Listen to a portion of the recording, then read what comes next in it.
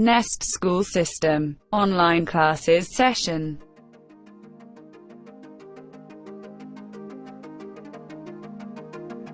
Dear student, let's start today's lecture.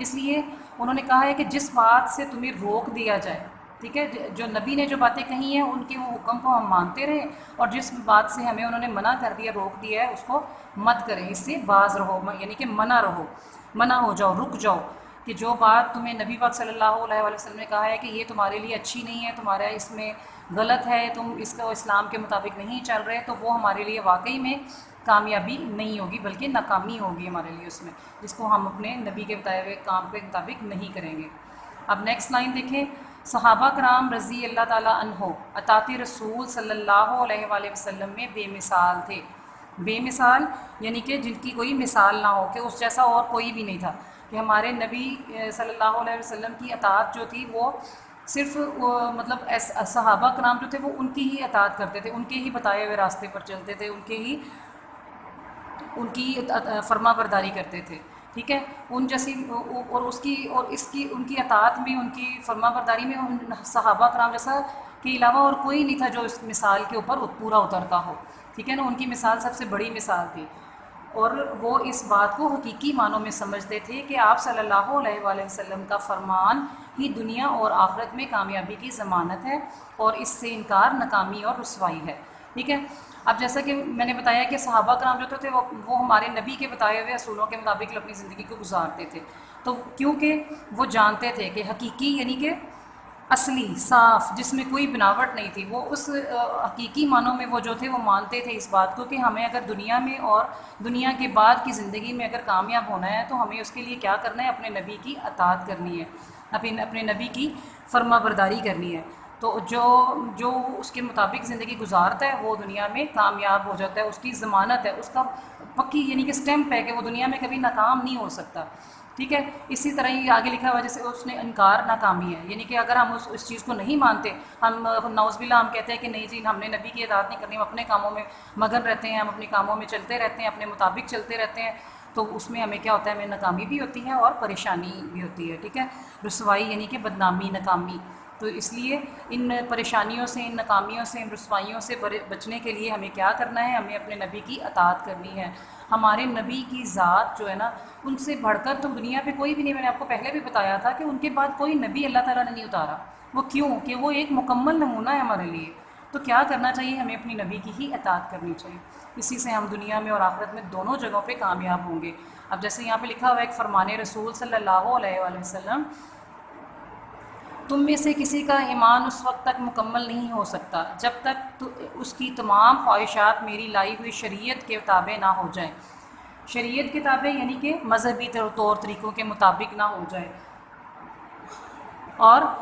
تابع کا مطلب ماتحت بھی ہوتا ہے، ملازم بھی ہوتا ہے، یعنی کہ جو آپ کے انڈر کام کرتا ہے، لیکن یہاں پر خواہشات کے لیے یوز کیا گیا اس لفظ کو، تو اس لیے اس کو مذہبی طور طریقے کے مطابق چلانے کو کہتے ہیں، کہ اپنی خواہشات کے نبی پاک صلی اللہ علیہ وسلم نے فرمایا کہ تمہارا ایمان اس وقت تک مکمل نہیں ہوگا کہ جب تک تم اپنی خواہشات یعنی کہ اپنے دل کی جو باتیں ہیں، اپنے دل و دماغ کو جو ہے نا وہ شریعت کے مطابق یعنی کہ اپنے نبی کے بتائے ہوئے مذہبی طریقے سے نہ پورا کرو۔ تو اس لیے ہمیں چاہیے کہ ہم ہمیشہ جو بھی کام کرنے لگیں، جو بھی کام دنیا میں بہت سے کام ہم روزانہ کتنے کام کرتے ہیں، اگر ہم اس کو اپنے نبی کے بتائے ہوئے اصولوں کے مطابق کریں، یا اپنے اللہ تعالیٰ کے مطلب رسولوں، اللہ تعالیٰ کے اور بھی رسول آیا، نبی اترے، ان کے مطابق، ان کے بتائے ہوئے اصولوں کے مطابق کریں، تو ہمیں انشاءاللہ تعالیٰ اللہ تعالیٰ کامیابی سے ہمکنار کرائیں گے۔ آج تک ہمارا یہاں تک ہی ہے، ہم 6 لائن کی یہ ریڈنگ جو ہم نے کی ہے یہی ہماری ریڈنگ ہے، اس میں سے آپ سے کویشچن آنسر پوچھے جائیں گے، ورڈ میننگ بھی ہے، کویشچن کے آنسر جو میں آپ کو کویشچن جو لکھ رہی ہوں اس کے آنسر بھی آپ خود ہی اسی میں سے دیکھیں گے، کوئی زیادہ کام نہیں ہے، اس لیے دھیان سے اس کی ریڈنگ کرنی ہے آپ نے بڑے اچھے طریقے سے۔ اب میں آپ کو کاپی کی طرح کام بتاتی ہوں کہ کیا کرنا ہے آپ نے۔ جی یہ اب ہمارا سیکنڈ لیکچر ہے، اس طرح آپ پیج پہ لکھیں گے سیکنڈ لیکچر، آگے آپ اگلے پیج پہ margin line date and day mention کریں گے اپنی ڈائری کے مطابق، الفاظ معنی لکھیں گے، جی فرسٹ اس طرح ہی لکھیں گے آپ، فرسٹ لائن آپ سکپ کریں گے اور سیکنڈ لائن پہ لکھیں گے الفاظ معنی کلر سے، بلکہ پوائنٹر سے، سوری 5 کلاس ہے پوائنٹر سے، تو اسی طرح اس کے یہ آپ نے نمبرنگ پوائنٹر سے کرنی ہے، الفاظ سارے پوائنٹر سے لکھنے ہیں، اس کے معنی جتنے بھی آپ پینسل سے لکھیں گے، مارجن لائن آپ پوائنٹر سے لگائیں گے۔ نمبر 9 پہ ہے آخرت، بعد میں آنے والی، نمونہ، مثال، فرمان، حکم، ممبر، تقریر کرنے کی بلند جگہ، تابع، ماتحت یا ملازم، رسوائی، بدنامی، ضمانت اور ذمہ داری اس کا میننگ ہے. نیچے آپ مشکل الفاظ لکھیں گے، جتنے بھی آپ نے ریڈنگ کے دوران آپ کو لگتا ہے کہ یہ مشکل الفاظ ہیں تو یہاں پہ آپ دوبارہ لکھیں گے. نیکسٹ پیج پہ سیم ایسے ہی date and day, margin line اور کویشچن نمبر 7 نبی کریم صلی اللہ علیہ وسلم کی اطاعت کے بارے میں قرآن مجید میں کیا ارشاد ہے. لائن سکپ کرنے کے بعد اس کا آنسر کمپلیٹ کریں گے اور پھر کویشچن نمبر 8 لکھیں گے آپ. صحابہ کرام کس چیز کو آخرت اور دنیا میں کامیابی کی ضمانت مانتے تھے. اس کا آنسر لکھیں گے. کویشچن نمبر 9 ہے دنیا اور آخرت میں کامیابی کے لیے کون ہمارے لیے بہترین نمونہ ہے. اس کا آنسر لکھ کے اس کو آپ کمپلیٹ کریں. جی یہ تھا ہمارا آج کا لیکچر اور اس کا کاپی ورک. اسی طرح آپ نے اپنی کاپی کو نیٹ فارم میں ریڈی کرنا ہے. تو چلیں اپنے کام کو دھیان سے کرنا ہے، اس کو اچھے سے یاد کریں اور اپنے ماما پاپا کا کہنا مانیں. اوکے ہم نیکسٹ لیکچر کے لیے پھر نیکسٹ ملیں گے. اوکے اللہ حافظ. A message from teacher. Please read carefully.